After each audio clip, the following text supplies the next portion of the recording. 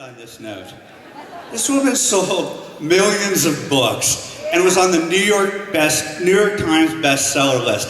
I think that is the greatest sentiment of what this person has created in the year and a half that she's been in our life. She's a true courageous leader. Ladies and gentlemen, Sarah Palin.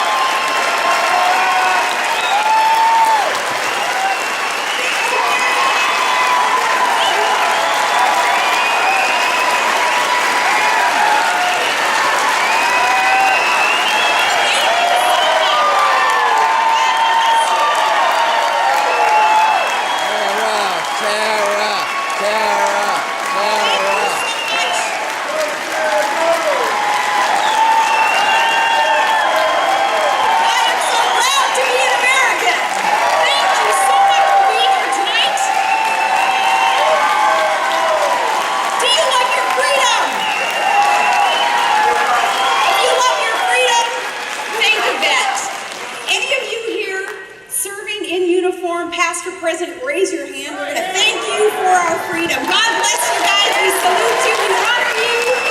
Thank you. I am so proud to be American. Thank you. Gosh, thank you. We're proud you are. Happy birthday, Ronald Reagan.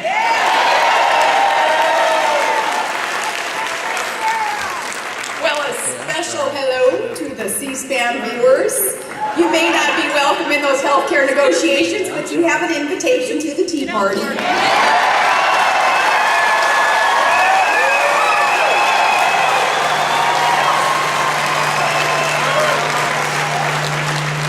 Very good to be here in Tennessee, the volunteer state. It's the home of good country music and good Southern barbecue, and great to be at the Tea Party convention. I guess down here that's some Southern sweet tea. And you know, up in Alaska, we have a smaller version of Tea Party up there, and we call it iced tea. And I am a big supporter of this movement. I believe in this movement. Got lots of friends and family in the lower 48 who attend these events and across the country, just knowing that this is the movement and America is ready for another revolution, and you are a part of this.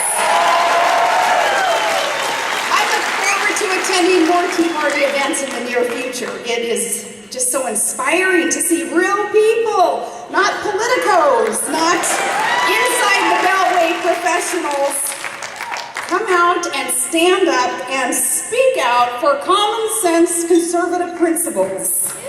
And today, I want to start off with a special shout out to America's newest senator. Thanks to you, Scott Brown.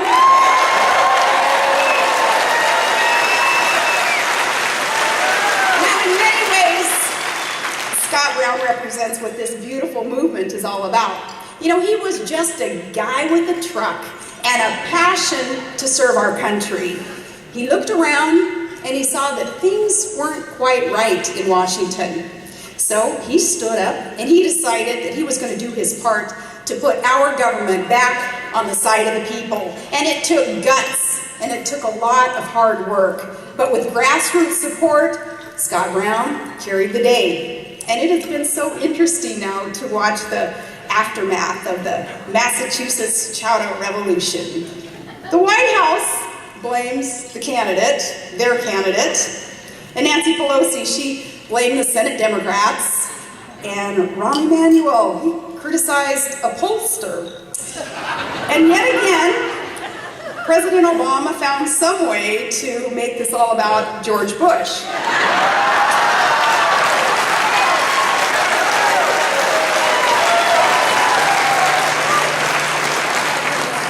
Considering the recent conservative election sweep, it's time that they stop blaming everyone else. When you're 0 for 3, you'd better stop lecturing and start listening.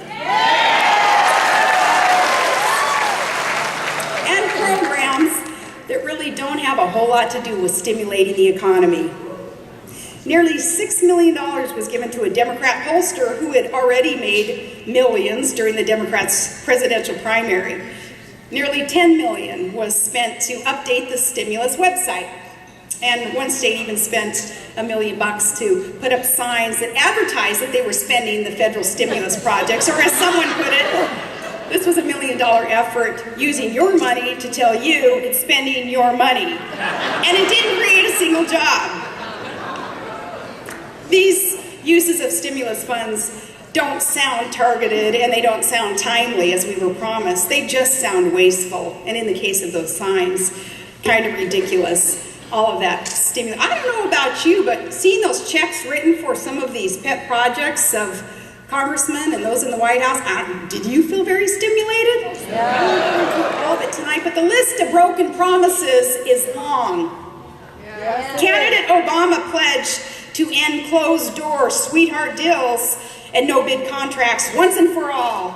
But just last month, his administration awarded a $25 million no-bid contract to a Democrat donor. Is that hope? Nope. It's not hope.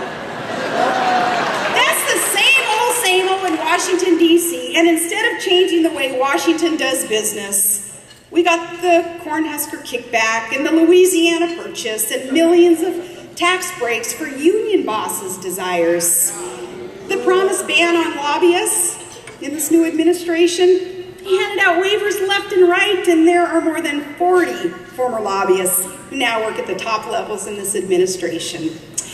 And these days, most members of Congress, they don't get to read the bill before they have to vote on it, much less the pledge that a bill wouldn't be signed into law until we all had 5 days to review it online. So, see, it's easy to understand why Americans are shaking their heads when Washington has broken trust with the people that these politicians are to be serving. We're drowning in national debt, and many of us have had enough. Yeah.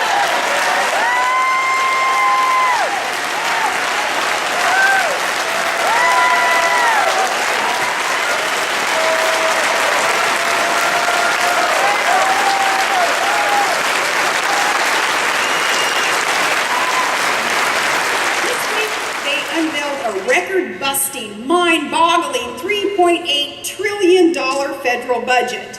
And they keep borrowing, and they keep printing these dollars, and they keep making us more and more beholden to foreign countries, and they keep making us take these steps towards insolvency.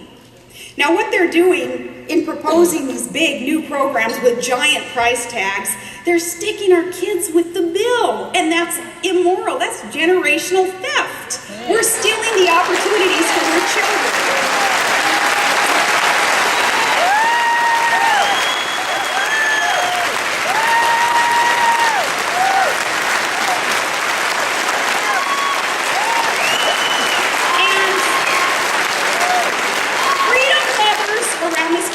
To be aware that all of this makes us more beholden to other countries. It makes us less secure. It makes us less free, and that should tick us off. So, folks, with all these serious challenges ahead, we've got private sector job creation that has got to take place, and got these economic woes and healthcare, the war on terror. But as the saying goes, if you can't ride two horses at once, you shouldn't be in the circus. Yeah! So here's some advice for those in D.C. who want to shine in the greatest show on earth. Too often when big government and big business get together and cronyism sets in, well, it benefits insiders, not everyday Americans. The administration and Congress should do what we did up there in Alaska when the good old boys started making backroom deals that were benefiting big oil and not the citizens of the state. And the citizens of the state, then, Alaskans, we got together and we put government back on the side of the people. And a lot of the bigwigs, they started getting in trouble, and some of the bigwigs ended up going to jail over their backroom deals.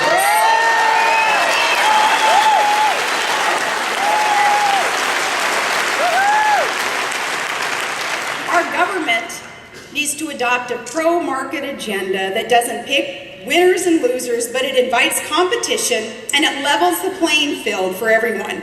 Washington has got to, across the board, lower taxes for small businesses so that our mom and pops can reinvest and